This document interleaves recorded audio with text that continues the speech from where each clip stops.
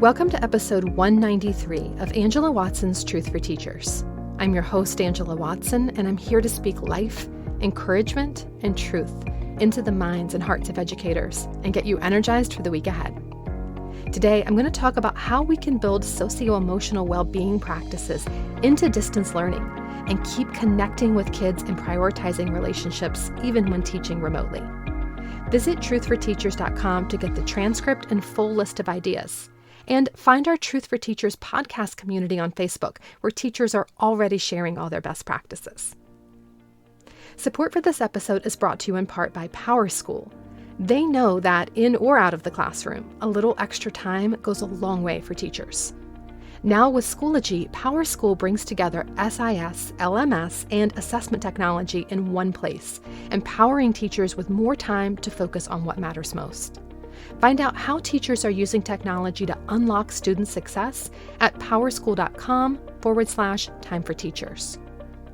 I'd also like to thank ViewSonic. They have been a dedicated part of the educational community for over 30 years, and they want to help the millions of teachers and students who are finding themselves trying to learn from home. They're offering free access to their MyViewBoard digital whiteboarding software, giving teachers all the distance learning tools that they need in order to conduct classes. And now MyViewBoard will include new features being released in April that are designed just for virtual classrooms. Check it out today and get access at myviewboard.com/distance-learning.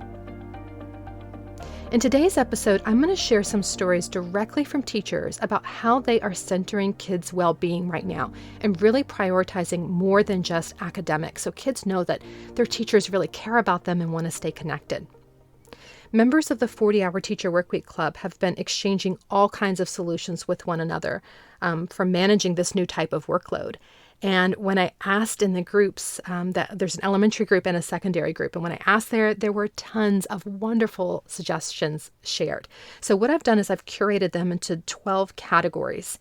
And I'm going to share the 12 categories here on the podcast and give you a few highlights, but I think you will actually find it easier to skim through the ideas in written form, particularly to find things that are relevant for your specific grade level.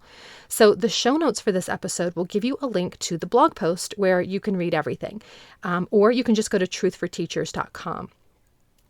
You may not have thought about it quite like this before, but I think of these ideas as self-care strategies. These are small, simple ways to prioritize the well-being of kids, their physical and mental health. And when you do that, it's energizing and uplifting for you as a teacher as well. Getting to really have that connection with your kids, especially when you're missing them a lot.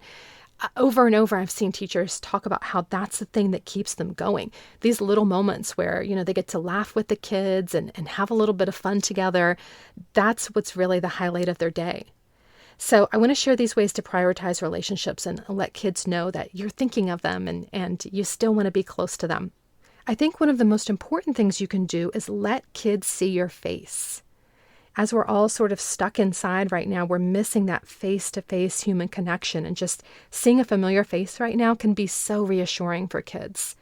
So Jessie in the club mentioned those teacher parades. You've probably seen some videos of those going around on social media where teachers are driving by students' homes. They're in their own individual cars and they're just waving and saying hello. A teacher named Catherine said her school's doing that. And Jeanette said, we're doing this today and we're calling it Wave It Wednesday. We announced it on our school dojo along with the route we would drive. I'm going to decorate my car too.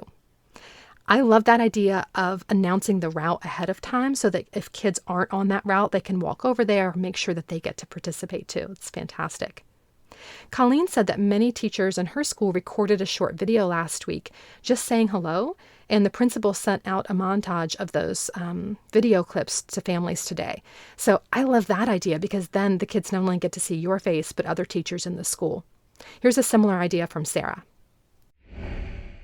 All of the teachers are sending in pictures, and I'm going to compile them into an iMovie with a song as a background, and we are going to send it out to all of our families, just letting our students know how much we miss them and how much we care about them. And also, it's just really fun to see teachers with their pets and teachers with on their couch and teachers in their pajamas. So I think the kids really enjoy that too. Another way to stay connected is by eating lunch together. Julie says that she's actually doing this with her colleagues, so because she's really missing that interaction with them. So she's eating lunch virtually with 4 other electives teachers like herself. They have scheduled lunch over Google Hangouts once a week until they're back in school, which I think sounds like so much fun. Shantae said she plans on doing a virtual lunch bunch with students 1 to 2 times a week so they can catch up. And of course, this is just an optional thing that kids can do if they want to. I love that idea of being able to just chat and hang out and see each other's face and have that sense of normalcy again. Another idea is to have a virtual party and schedule some regular celebrations. Right now, all of the fun stuff that we look forward to seems to have been canceled. So building in things that both you and the kids have, to be excited about and to plan for is a super easy way to stay connected and keep morale up. So Patrick says he teaches high school, and he says, my students like structure and humorous coaching. So we're going to have an online party to celebrate when goals are met. And everyone's just going to get their favorite food, their favorite beverage, and we'll just sit around on Zoom and we'll have a chat. So he's keeping it really casual. Shelley says, our class met on Zoom to talk about our highs and lows, share how we're showing our school's character traits like responsibility and caring at home. And today we're having a virtual birthday party meeting. So I think that's a great idea to think about celebrating these birthdays remotely. It's a great way to make kids feel special when they can't have a party, they can't go out and do fun things. If you can do a virtual birthday party, that sounds great. Here's another idea from a teacher named Jennifer. One of the things that I'm doing with my class is a Zoom lunch every day. We meet on Zoom from 12:15 to 1.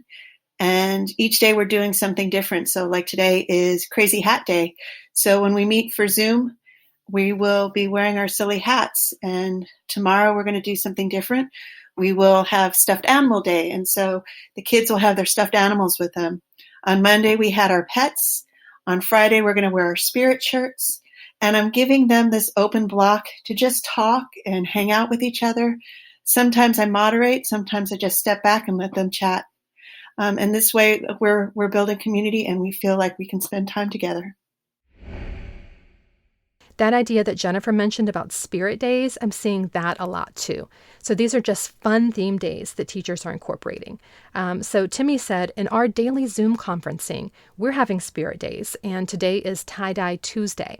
Each teacher also made a video of ourselves holding an inspirational saying, and we put it on Twitter for our students to see.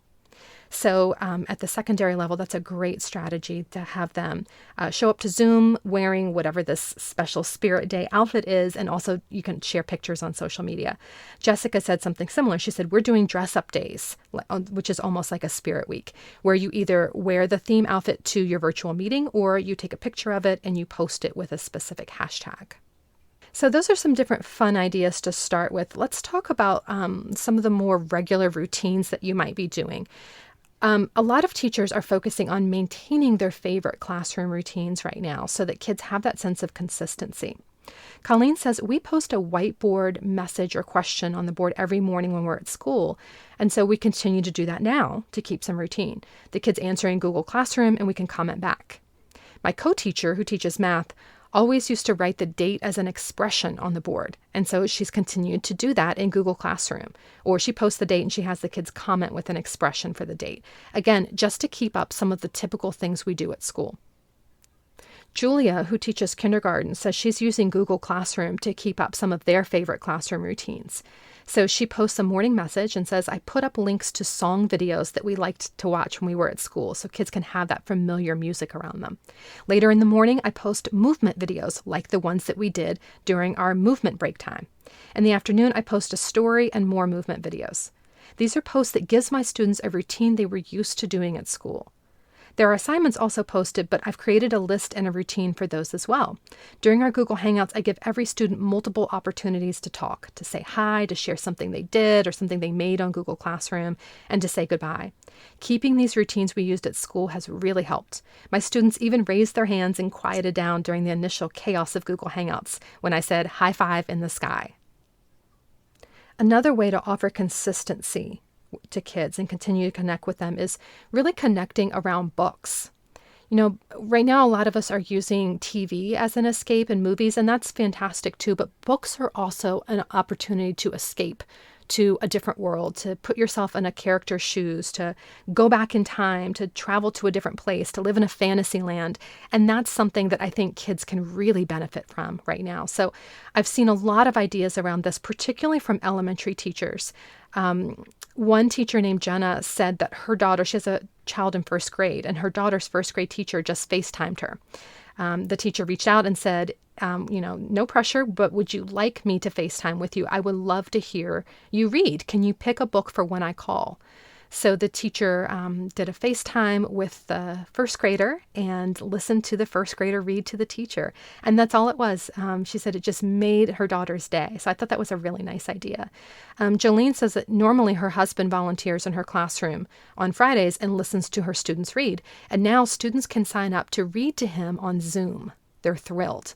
So I love that idea. If you have a partner or someone else in the house right now who is not working, has extra time, wants to feel useful, I love that idea of letting your students read to them, if that's something that could be permitted in your district.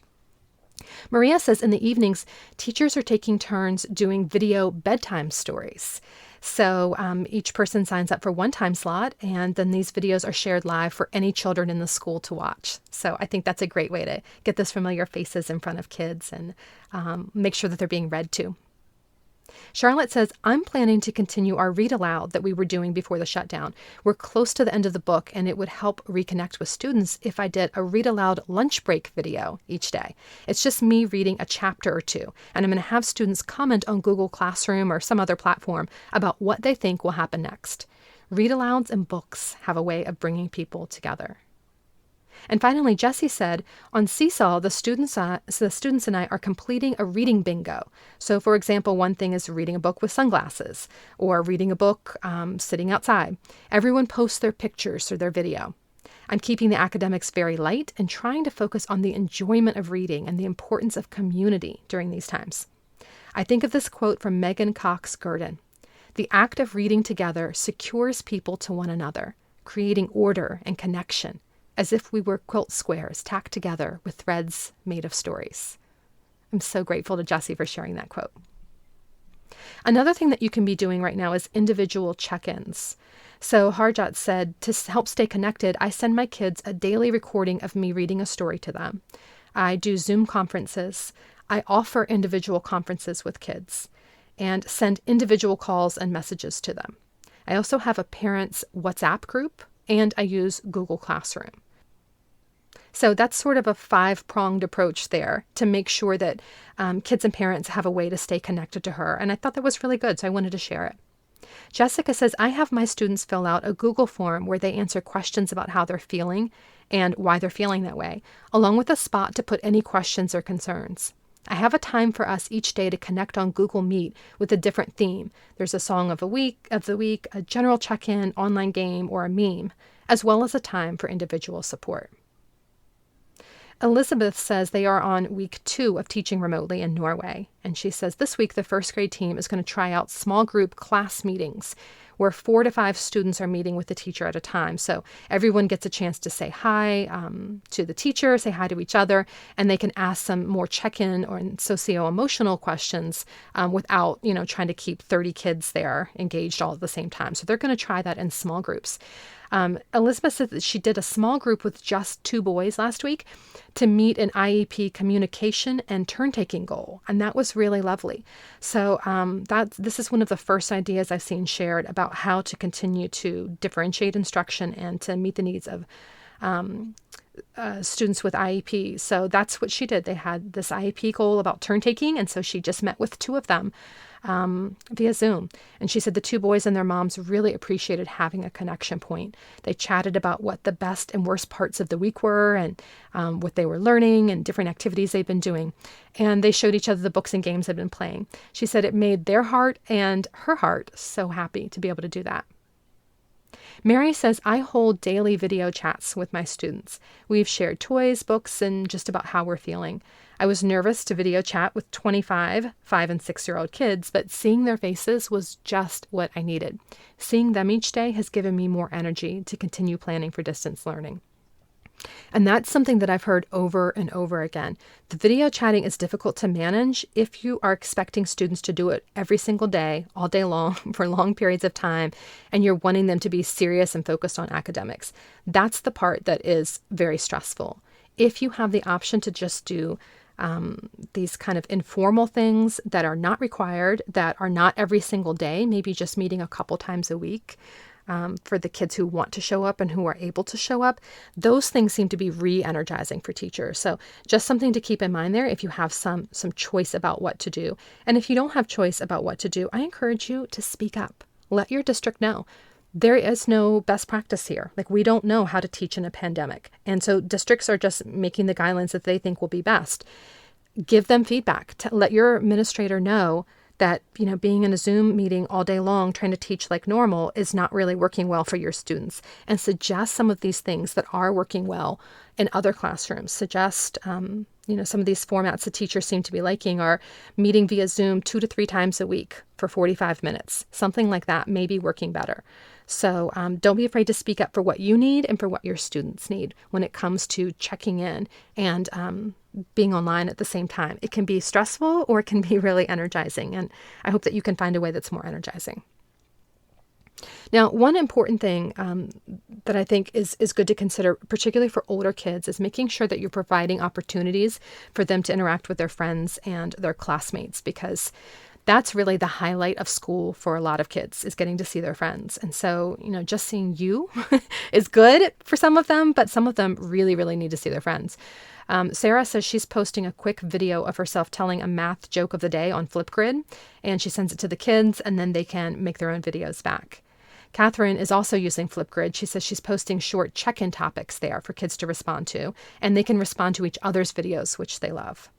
Another teacher named Catherine said, I've set up a Padlet where students can post pictures or text about what they're doing. I periodically post questions or respond to them. I have it set up so that I have to approve their posts because 6th graders can get out of hand quickly.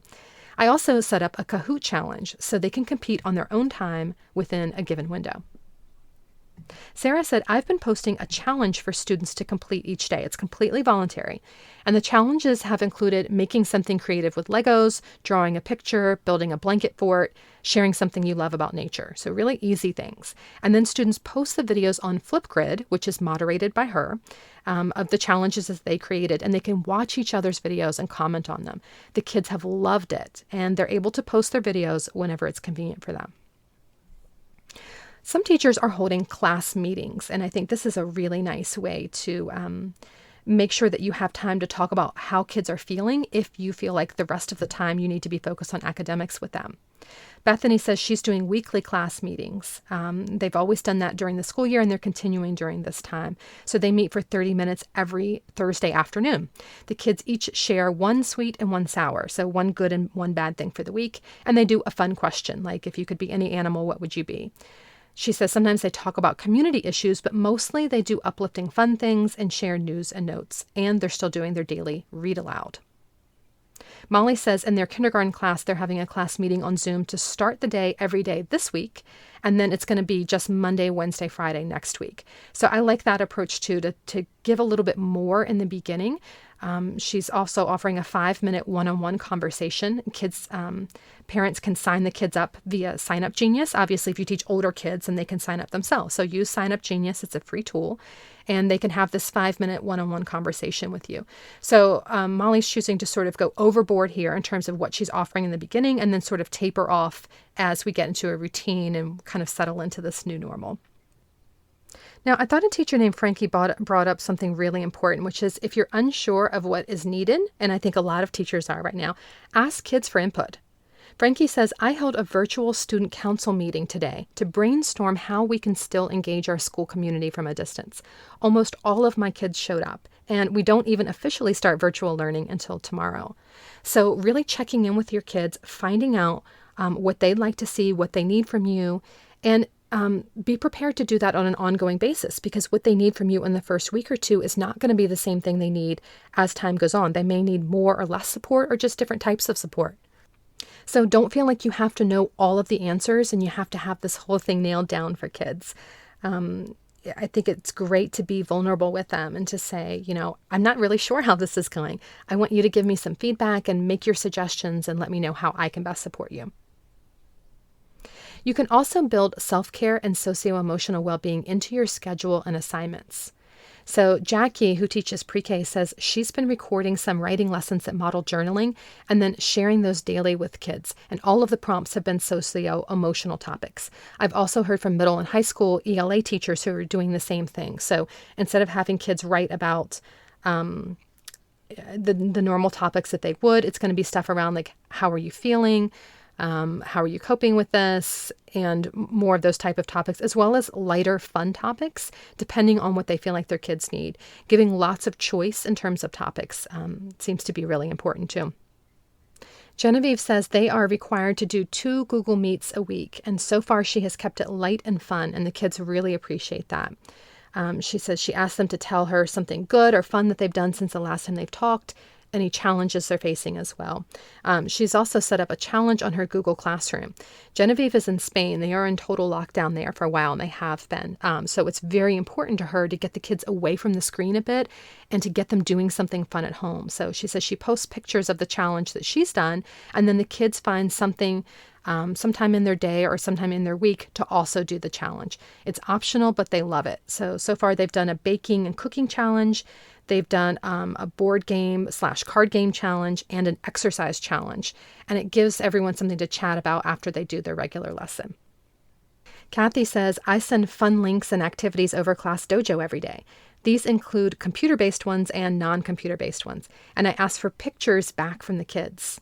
I had a family share back a picture of them making a cake that I used to make with my grandmother when I was a child.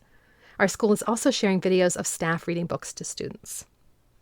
The final approach to staying connected with your kids right now is to be human first. Set the tone of caring more about their physical and mental well-being than academics, even if you're required to teach a lot. Joshua says we are using Google Meet and we have 1 hour of video conferencing as drop-in sessions every day. I'm also posting little videos every other day about my life and my home. So one was just a glance at my pets, and the next was a look at all my fun, nerdy coffee mugs. I'm just trying to stay connected and be human. Rebecca says, I'm a tech coach and I have been extremely busy of late. One of the things I cannot emphasize enough to teachers is to be human right now. I helped a wonderful teacher's aide today who wanted to know how to edit out the mistakes of her read aloud. I asked her, why not leave them in? Laugh with the kids. Be human. I think teachers are feeling incredible stress right now to do something completely new and do it perfectly. But what if we model our mistakes for our students and show them how we will be stronger together? So that's my way to connect with students. Call, video, Zoom, Meet, whatever. Just be you, because you are what they're missing. And I think Rebecca's thoughts there are the best possible note for us to end on. So let that be your takeaway truth. Just be you, because you are what they are missing. The priority right now is caring for ourselves and those around us, and that includes our students. Be the teacher you are deep down inside. Be the teacher you've always wanted to be. Take more time for enjoying your kids, connecting with your kids than you were ever able to do during face-to-face instruction.